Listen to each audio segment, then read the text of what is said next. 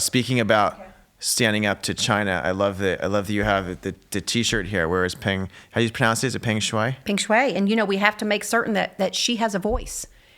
And it's because of the Australians that first, brought this T-shirt out at the Australian Open. Well, they got kicked out for doing it, but then they changed their mind. Now they've all got one. Yes, absolutely. Absolutely. Well, it's completely crazy, right? That this is like a classic thing that everyone should be speaking out about, because it's a guy in power who's clearly, abusing someone, and then she speaks up about it, and she disappears. And I guess she came back briefly and made some forced statement, and then disappeared again. And I'm going to be a proud wearer of this shirt until we know that she is actually alive.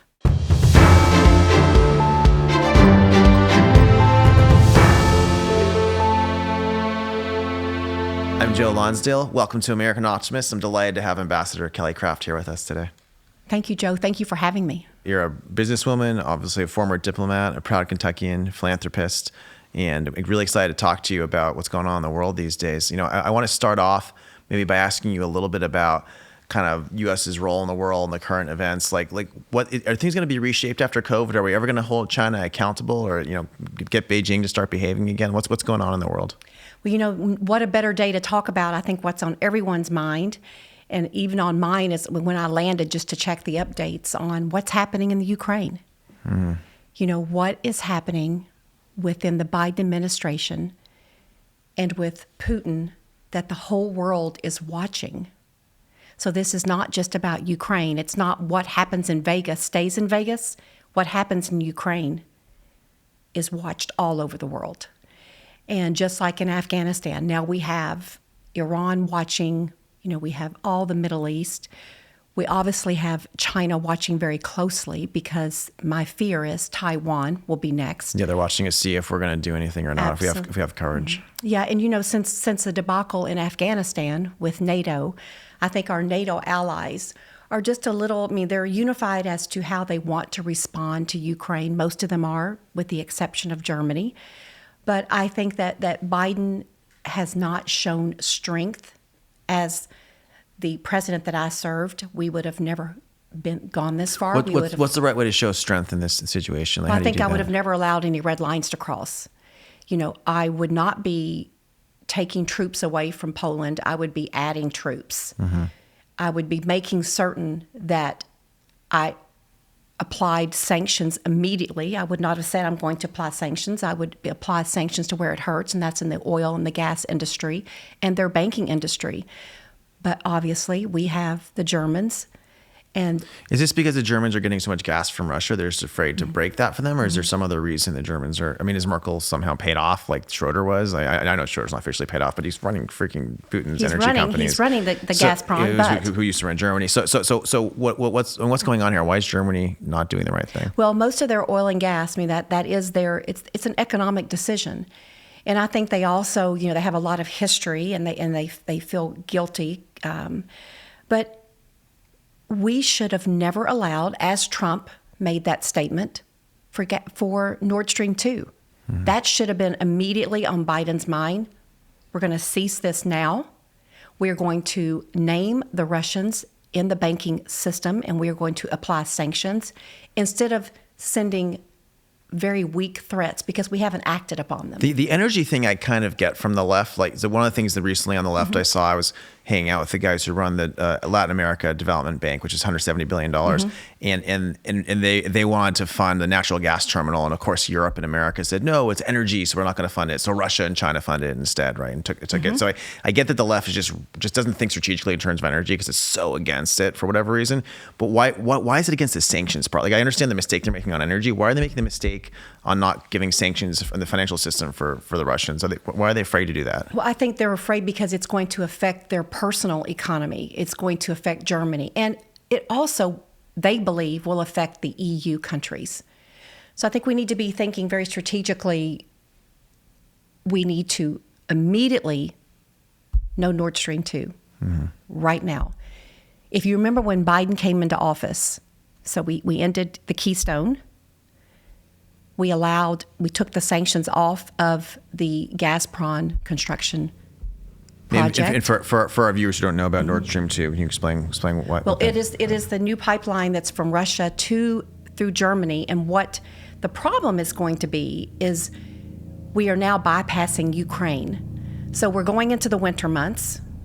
They're going to have complete control of the heating systems in Ukrainian homes. And they haven't forgotten that, because with Nord Stream 1, that was also an issue, that sometimes they would have heat, sometimes they wouldn't, depending on what the politics was going on between Russia, Ukraine, and that entire area. Yep. So now we have, obviously, our NATO troops. Everybody is on alert. We have, thank goodness for NATO, because they will defend a country that is a country of a rule of law and democracy. And I think that we need to show strength within our NATO group and show Germany that they are part of NATO. We have to protect Ukraine. It is in our DNA to protect them, because they are a country, their democracy, their rule of law. And in 2014, when Putin went into Crimea, that was, at that time, Obama-Biden. And so Putin knows what happened then.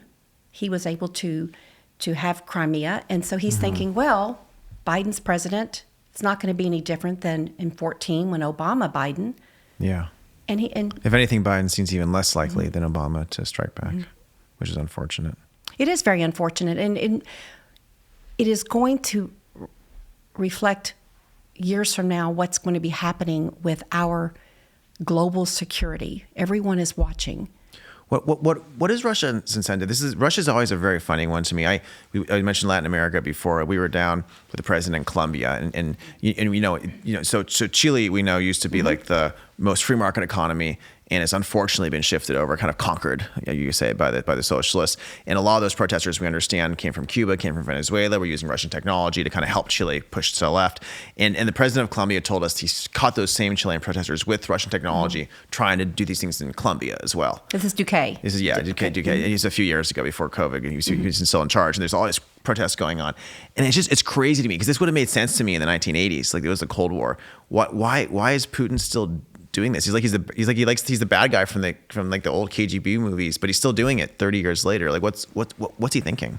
Well, I mean, they feel very threatened. They feel threatened that, NATO and our alliances in the West, and they do not want us taking more of Eastern Europe. They want to take back what they rightfully think is theirs from, just as you said, from before. I mean, Putin is KGB. But he's causing trouble all over the world still. And it's part of his broader strategy because he doesn't like us, because it gives him more ability to work with corrupt regimes? Like, what's the strategy? Well, I think he and also she want to be able to cause a lot of turmoil within the U.S., because what that does is that takes away our standing as in a global power. So they're actively probably helping do things to cause turmoil here. Are there groups that we've caught them donating to? Are there political groups here, or are there things they're actually doing actively inside the U.S. with social media that we know about?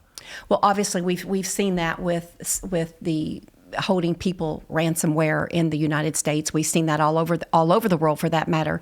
But I think what we've also seen with Russia, and people need to remember that the Russians themselves are not about us going into Ukraine. They don't want to lose their own soldiers. So therefore you see the mercenaries. You see Russia has a lot of mercenaries. We saw this in Libya. We have seen this in Syria. Where are the mercenaries from that they're using? They're from everywhere. But in Libya, there was the Wagner group. So they are very famous for their mercenaries. They don't want to lose their own. That sounds like a German name? No. This will be an economic burden for them. Got it. They're not economically very sound, so this will be a burden upon them. And I think that they're going to have to weigh their risk. But what is their risk? Because we haven't given them any reason to step back. We haven't hit them where it hurts. Got it. No, we got to hit them. Well, speaking of that, hitting them where it hurts, let's talk a little bit about China. Like, should we be boycotting the Beijing Olympics right now that are coming up? Well, we should have never allowed in July of 2015, when Beijing was awarded by 5 votes, by the way, awarded the Olympics, we should have immediately then, because human rights issues were happening, and that is one of the standards that the Olympic Committee sets, is human rights, rule of law. Well, none of that was happening in China. What I believe now is we have to use our voices to point out the human right abuses, what they're doing to the Uyghurs, the Tibetans, the blacks. our athletes need to be protected. And, if you are a parent of an athlete and you've invested and done without so that your child can become... Yeah, it's an obsession for years. Exactly. Yeah. It's no different than some of these basketball players' families, and you know that, Joe. Yeah. So you're going into China. They're inviting the world into their home, and yet they're going to take away the freedom. They just made the announcement that U.S. athletes or any athletes that you can't voice speak up displeasure. For what you believe. No. There's a lot of rumors going around that my friends showed me that the app you have to download for healthcare purposes actually has spyware in it that's going to be recording everyone and sending it back to the Chinese, which doesn't surprise me at all. I don't know if you've heard anything about this, but it seems I have read crazy. about this. I don't have verification, but it doesn't surprise me at all because it's been going on for many, many years. It's what they do when you go there. It's so what's the right thing to do right now? Like, what should the U.S. strategy look like towards China more broadly? Because obviously it's very problematic what they do. At the same time, there are innovators in China who want to be free and want to be able to build, and there's some really great talent there building important things. And so on one hand, China morally is a big problem. On the other hand, it does seem like there's some good for the world to work with innovative people and build together in some form. How should we be approaching this? Well, I think several questions there. I think from the Olympics, we need to really stress to our NBA affiliates, the people that are, with the Olympics, they need to use every moment they can to call out the human right abuses, to call out in support of the Uyghurs, in support of the Tibetans, the blacks, and the minorities. We also need to really put a lot of pressure on the corporate sponsors because if you are there and you are supporting the Olympics, you're supporting Beijing, this is the biggest propaganda story China will have. This is going to help them with what they're already doing, right? They're building up their military. Their technology is being built every day. It seems like the corporations have decided it's safer to be pro-China but then still go along with the anti-U.S. stuff, which is very strange to me. They're still getting away with that. Yeah, but if you remember when at the time, candidate Trump ran on China's predatory practices. Yeah. Right? He ran on their cybersecurity. He's the emperor has no clothes. He's the only one calling it out. Absolutely. He ran on it. He was elected. He immediately applied sanctions. He immediately said, we're going to bring America back, our economy. We are going to be in charge of our supply chain. He did this. Mm-hmm.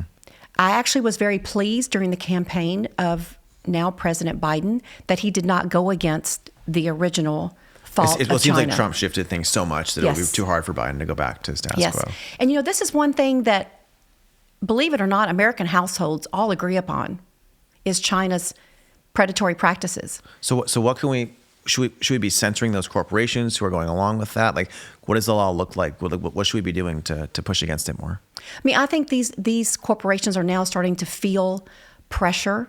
Obviously, this is a huge global supply chain. And thank goodness that President Trump did begin this with our steel, our aluminum industry, all our soybeans, our crops, but there's a lot of stuff that we have to get from China, otherwise the price will go up in the near term, right? So that's why you're saying you can't just pull it all out right away. You can't just pull it all out. But what we should do is continue what Donald Trump set forth. And that was making sure that we build up our manufacturing here at home. Yep. And, I just keep telling people we are just one president away from having our country back, from putting America back again. Just get enough manufacturing here. Because America doesn't have to be as reliant on China as we are, you're saying. And this is why President Trump really focused on USMCA, the former NAFTA, USMCA, our trade agreement with Korea, our trade agreement with Japan. We were very focused, and if we hadn't have been focused pre-COVID, can you imagine what our supply chain would be like today? It'd be even worse, yeah. In our economy. We've put, my friends and I put billions of dollars into doing more advanced manufacturing in the U.S. because that's a problem, because that's in China. There's a lot of things like that we still have to fix. And I think you're in the same mindset. You've had the same mindset. We have, but it's hard. It's hard, and I have been involved in companies that have sold things from China to the U.S. and Europe because it is like the cheapest way to do certain things, and it's really tough as a business to say, I'm going to charge you 20% more, but please go with me because I'm not from China. And meanwhile, they're probably going to buy it for the 20% cheaper one. So it's a challenge. Right. And, and on top of that, now we have one of the worst labor shortages. Exactly. Well, a terrible global or supply chain at the moment. So under Biden, we have seen are obviously the worst situation at our U.S. border with Mexico in history. Should we be changing how immigration works with regard to the labor shortage? How do you think about that? I think that people should be able to come into our country legally. To work. Yes. Yeah.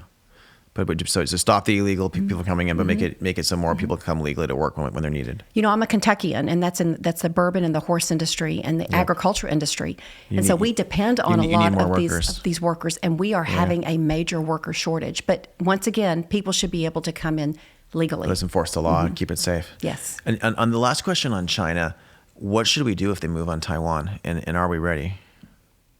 Don't you think Taiwan is really watching very closely? Yes. So China has been sending a lot of their defense system over Taiwan, which is they keep flying over and flying back. Yes. Should we be giving Taiwan more actual useful weapons to defend against them and to deter them? Well, under Trump, we actually sold them the most of any president, and hopefully we are continuing to allow them. Just like with Israel, we need to make certain that we equipped, whether it's Ukraine, whether it's Taiwan, Israel, so that they are able to fight, so they are able to have their own defense forces.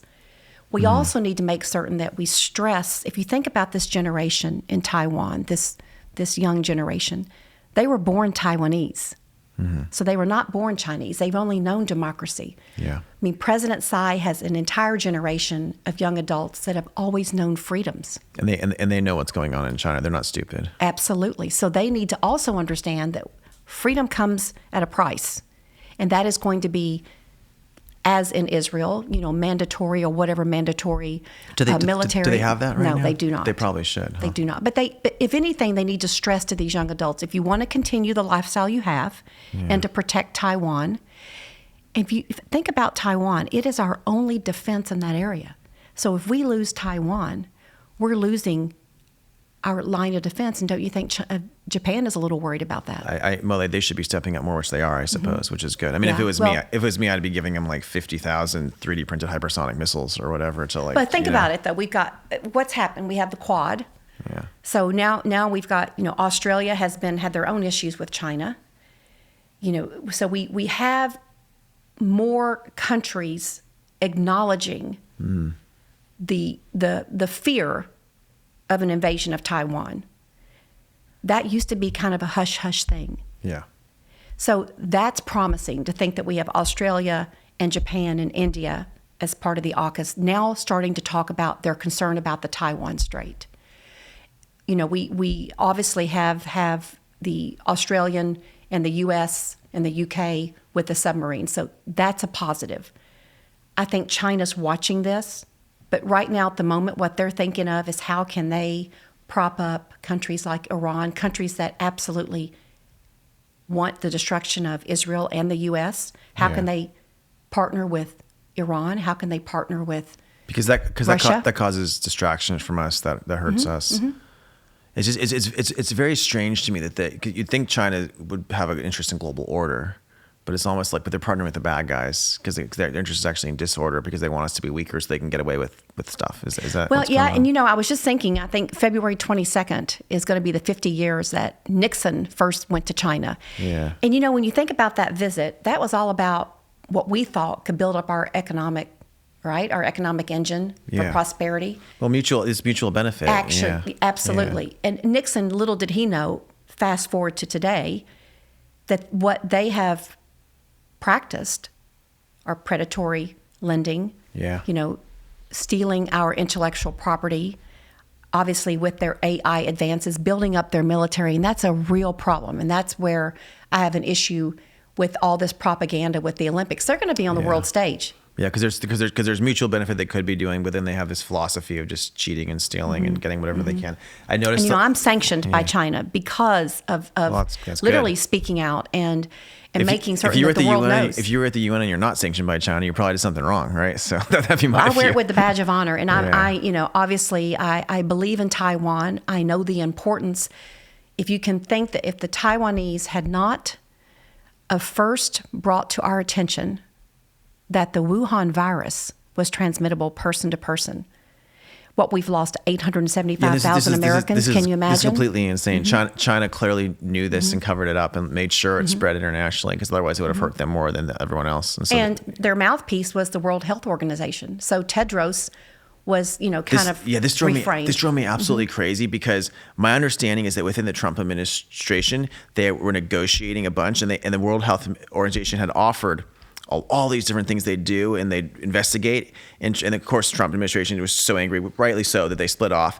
Then the Biden administration came back, and the Trump people said, if you're going to go back in, they offered all these different things they do to like investigate and show these things to get you to come back in. And the Biden administration said, no, we're just going to come back in without any of those.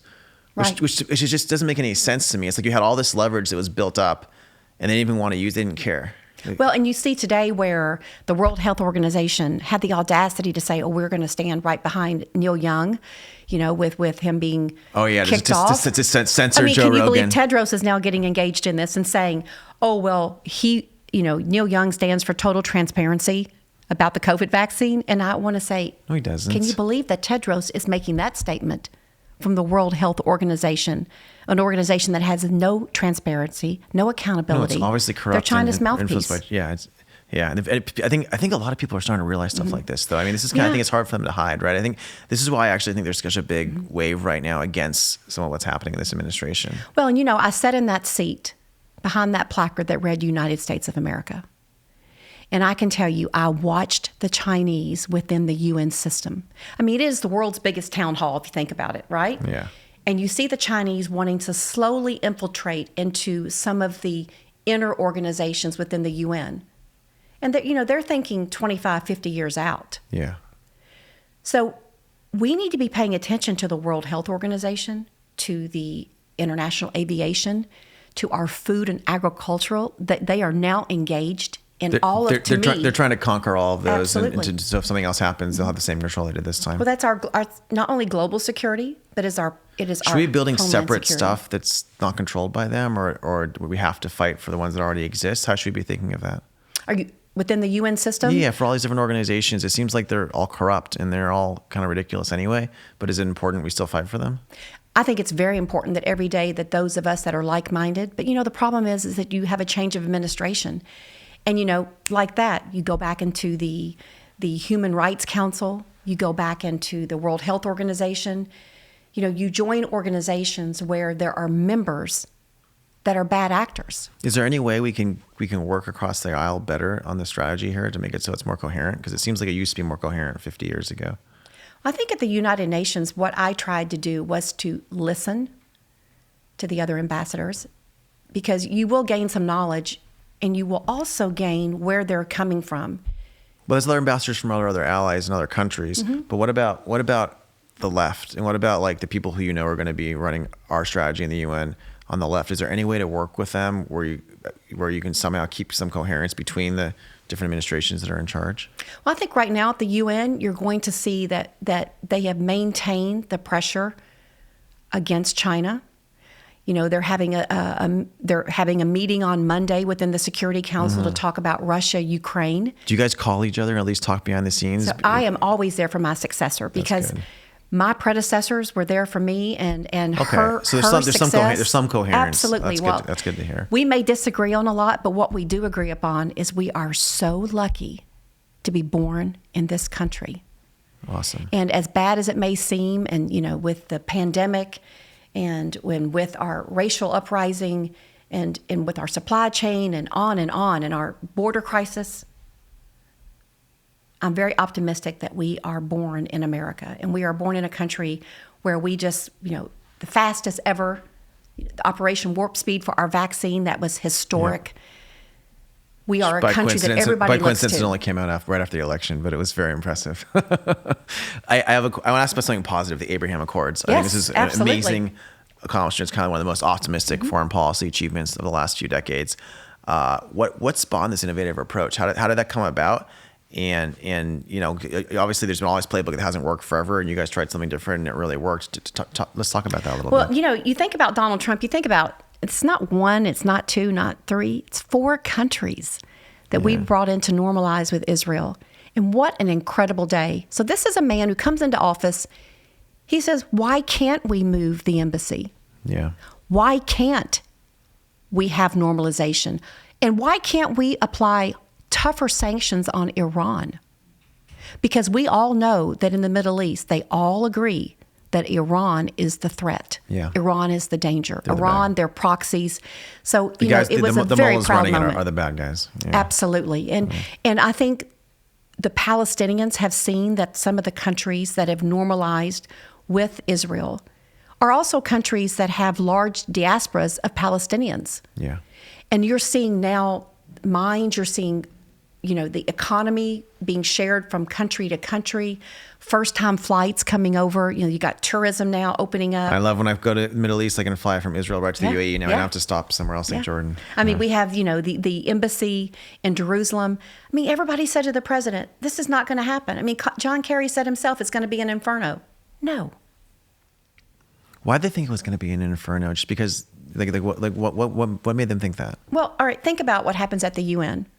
I think when an American ambassador to the United Nations takes the oath of office, they ought to include, and I will always have Israel's back.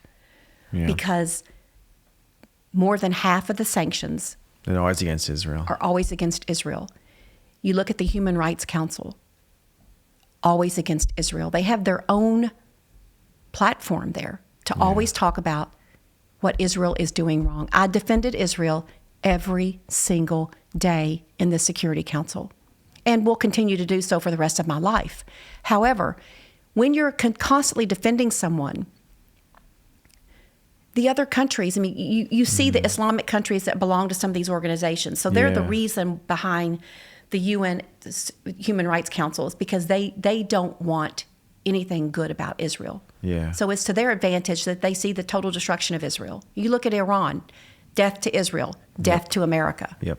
So I constantly was fighting for Israel and, for that matter, for Taiwan within the United Nations, especially within the Security Council with Israel. And so, what does this do to Iran to have these countries working together? Is there going to be mutual security against Iran? Is that the kind of behind the scenes idea? We would think so. We hope so. We also hope that it will bring in more countries. I think there are 2 or 3 countries that are really looking very strongly because they're seeing the success, not only from a shared security reason in the Middle East, but also the economy, people-to-people communications. But the troubling part is after this happened, you see where China is now establishing a 25-year plan with Iran. We've yet to see what is exactly in this It just plan. seems totally insane. Russia is now developing. It seems totally insane that we tolerate China working with Iran while we're trading with China, because Iran's sponsoring terrorists, and Yemen is sponsoring terrorists, and Lebanon is sponsoring terrorists, in Syria. They're a major sponsor of terrorism, and China's working with them. Shouldn't there just be a bunch of countries that say, sorry, we're not going to work with you anymore if you're going to work with these guys? I think that's crazy. slowly happening. And if you can, let's take one thing here. If you look at China and you look at the African continent, it's very, very rapacious all over Africa. Yes, but you know what? It's really on the decline. China being able to have... Because the countries don't trust them anymore. No, because they go in, they build these big, shiny buildings. Yeah. But they don't tell the countries, well, we're going to own you because we know you can't pay us for them. Yeah. And we bring in our own workers, so we're not adding to your economy. So when we leave you, you just have these buildings. And now we're talking 10 years later or 5 years later, these buildings are starting to crumble. Same with the roads, I hear. They build Roads, really the shoddy ports. stuff. Yeah. I mean, so they were very clever at first. And now we're seeing that the countries, yes, they are in terrible debt to China. However, they will not allow them to come in and take some of their strategic areas, whether it's the ports, whether it's their airports. Iran, wherever you see conflict in the Middle East, think about Syria. Yeah. You look at Yemen. Yeah, they're there in the background causing the trouble. They're there. They are either propping up the Houthis or they're supplying weapons. So it just seems so ridiculous to me that why couldn't the rational people in UK, in Germany, in France, in Japan, in India just get together and say, China, we're only going to trade with you and allow this if you stop working with bad guys and stop supporting these terrorist areas. It just seems like we're just really soft on them. And why wouldn't everyone just gang up and say this is unacceptable? Well, I don't think they're soft. I think there's a lot going on behind the scenes, and it's a lot more difficult and more entailed because everybody has their own supply chain, their own global Because supply chain. we're all using China basically for stuff, so we're kind of all stuck, and they know that, so that kind of empowers them. That's and interesting. until everyone is united, and let's just talk about our own country. Yeah. Until we're all united around one common theme, and that is the safety and the security of America. America first. Because if we're safe and secure here, then we can be able to go out in the world and to spend our resources. And obviously what happens around the world is going to also affect us at home. So it's very important. Yeah. We have a lot of people on the right who are becoming more isolationist, and you're saying that's dangerous because we're not going to be secure if we follow that too closely. Absolutely, because we are going to be responsible, especially after this Wuhan virus. The poorer countries are even more poor. We're seeing a lot of situations now where just the normal childhood vaccines were kind of put onto the side because we were focused on the COVID vaccine, right? Yeah. And so, even some of the emerging economies are really hurting right now. You've been to Latin America, you see what's happening. You look at Colombia, they've taken in an influx of the Venezuelan refugees, right? Yeah. So they are really hurting now because obviously their resources were being spent, a lot of them on the refugees. Yeah. So there's a challenge there. I want to go back maybe briefly to UN and Israel a little bit, because we talked about that a little bit. So the corruption and injustices of the United Nations are well documented, especially Human Rights Council, which you mentioned. Why does it make sense for the U.S. to be part of the UN, given how corrupt it is? And it's it's obviously has these anti-Semitic forces. It obviously has all these like dictators there, and they're all trying to conquer pieces of it, control pieces of it. And we know that. Elon Musk, I think, had a tweet out showing that we pay billions of dollars and get nothing in return. Is this a good deal for the UN? Like, why is the UN important? Why shouldn't we just say, like, you guys are idiots and we'd have a different way of working with you? What a better way for us to keep an eye on countries than to have them in our own home. Now, I will tell you, when President Trump asked me to serve as the United States ambassador to the UN, we were at his table in his office. And he absolutely said the number one is you've got to watch the American taxpayers' dollars. Don't waste money, too much money on it. You have got to demand transparency, demand accountability. I love that. And I said, yes, sir. And obviously now that I'm sanctioned by China, he understands that, because he said, you've got to watch China, you've got to watch Russia, Iran.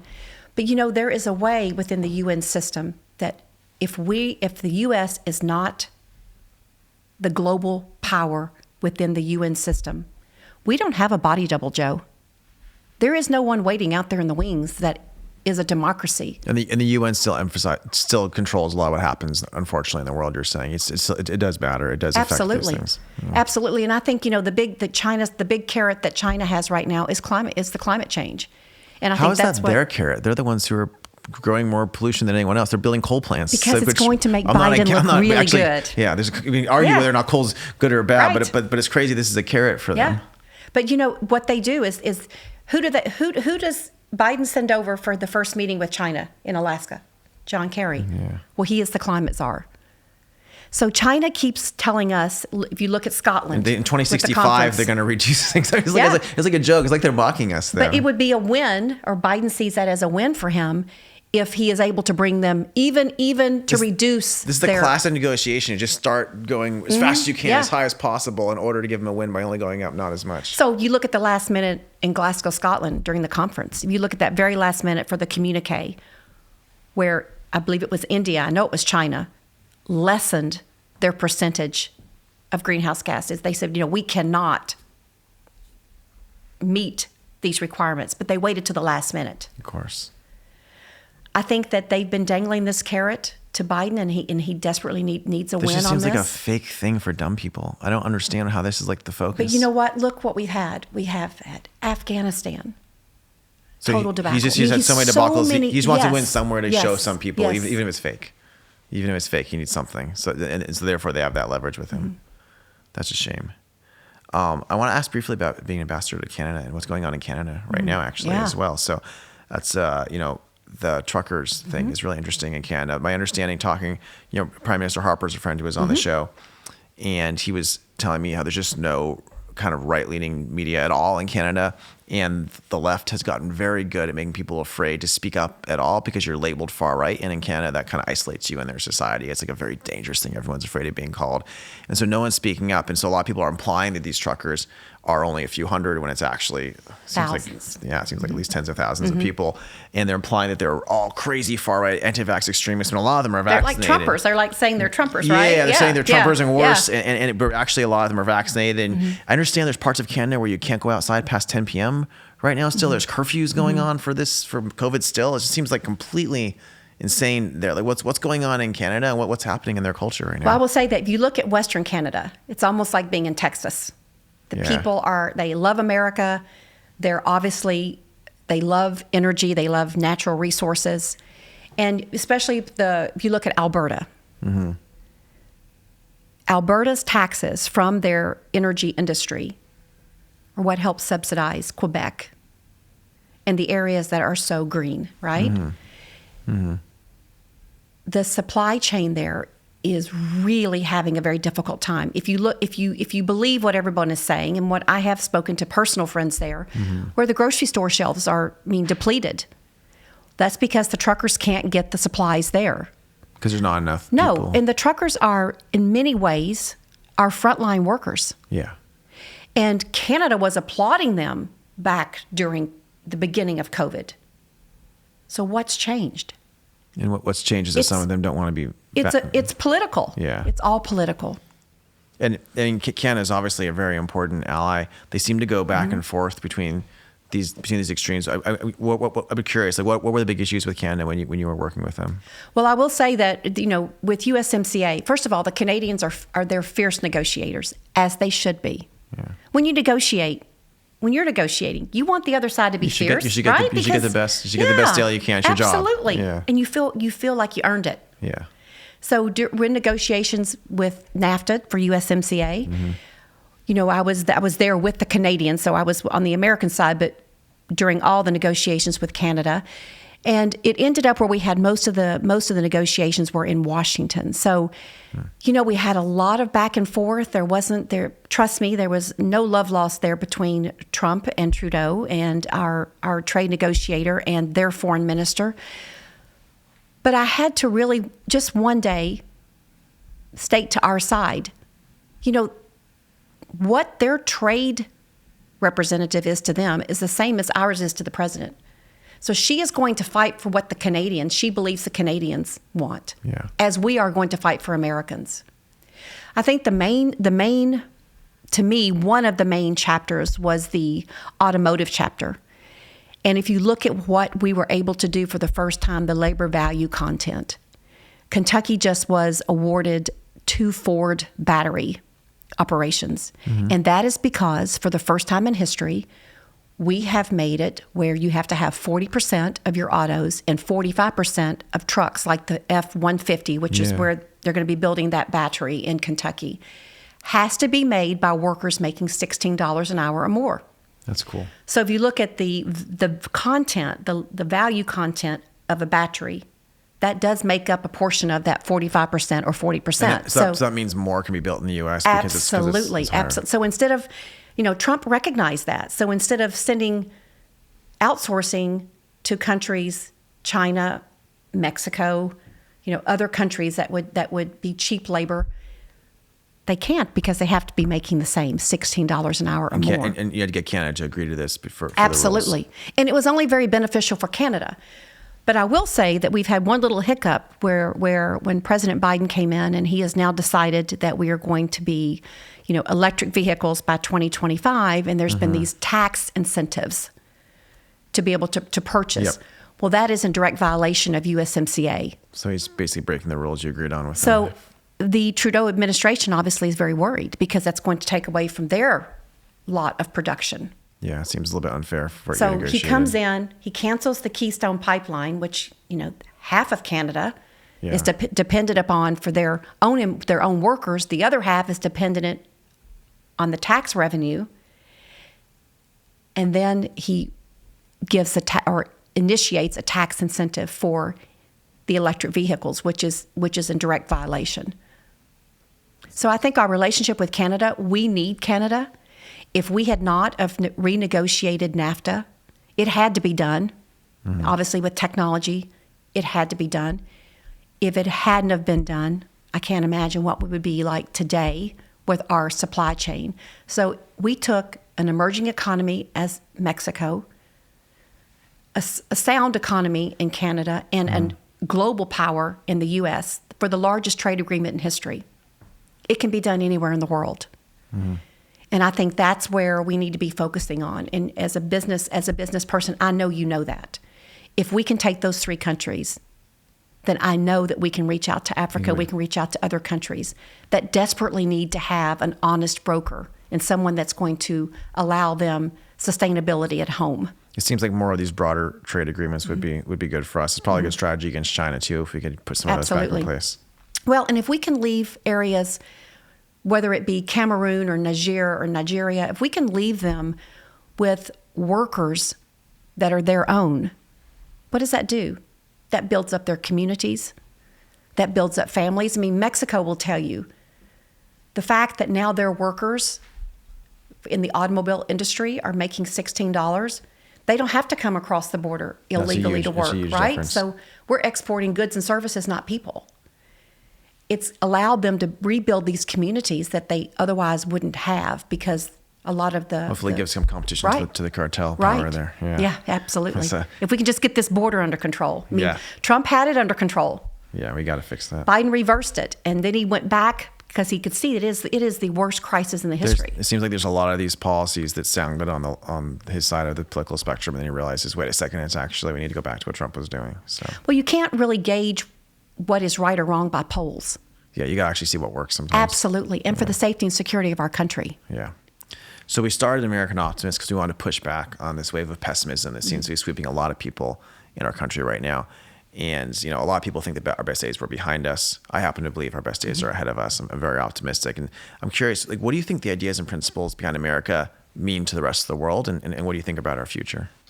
Well, if you look back where, we had a pandemic in 1918, we had in the 60s, the worst racial, under Biden, we've had this pandemic, we've had the worst ever border crisis. But to be born in America, to be born an American, and to be sitting in behind that placard in the UN Security Council and being able to travel the world to see why they look at America as a superpower. Every day, I'm very thankful, and I know that everyone who is born here and anyone who comes here for an opportunity. They're leaving. Many times, they're leaving everything they have because they know America is a better place for democracy, for the rule of law, for freedom to raise your family, to start over again. And we need to really be focusing on the positives of our country. The fact that we did. It was Trump Operation Warp Speed. I mean, that is historic how quickly these vaccines occurred. Now we're going to have better collaboration within our healthcare system, within the FDA, within all of our researchers. I mean, I'm proud to say that I served under the Trump administration because I know he made America a much better place, and what he did will last for generations. And you obviously worked on a lot of different areas, but especially a lot of these programs around the world, the Abraham Accords and others. A lot of people are very cynical, obviously, about what's going on in the world right now with Russia, with Iran, with China. Are there reasons to be optimistic over the next 10 or 20 years? Look who won the Nobel Prize last year, the World Food Program. That's run by the former governor of South Carolina, David Beasley. So we have an American there. Palantir powered their tech, actually. They did a lot of the work for them on that one. Yes, cool. I attended the Peace Prize with Ambassador Beasley, and although it was virtual, we were so proud. But if you look at what the World Food Program does around the world, feeding children. If you look at Yemen, which is one of the worst humanitarian catastrophes, because giant proxy battle with Iran and Saudi Arabia. Absolutely. The World Food Program. You look at UNICEF, also another American, Henrietta Fore. So you look at the organizations that the U.S. does have direct control of. They're success stories. They're saving lives around the world, and every life we save around the world is going to be less of a burden on U.S. taxpayers. And hopefully people will see that China's not doing that, but we're doing that. We're being forced for good. And everywhere I traveled, the fact that I was there representing the U.S., it was hope. It was hope. So, Ambassador, what's next for you? How are you going to help continue to steer the country in the right direction? Well, I don't have an announcement today, but what I can tell you is that I'm very focused on 2022. We are going to win the House. We're going to win the Senate. And also being focused on Kentucky and making certain that we keep our double majority in our House and our Senate. And, no matter what I decide, whether, running for governor or running for another office, I will fight for Kentuckians every single day. Awesome. Thanks so much for joining us. Welcome. Thank you so much. Thanks for being such a true patriot.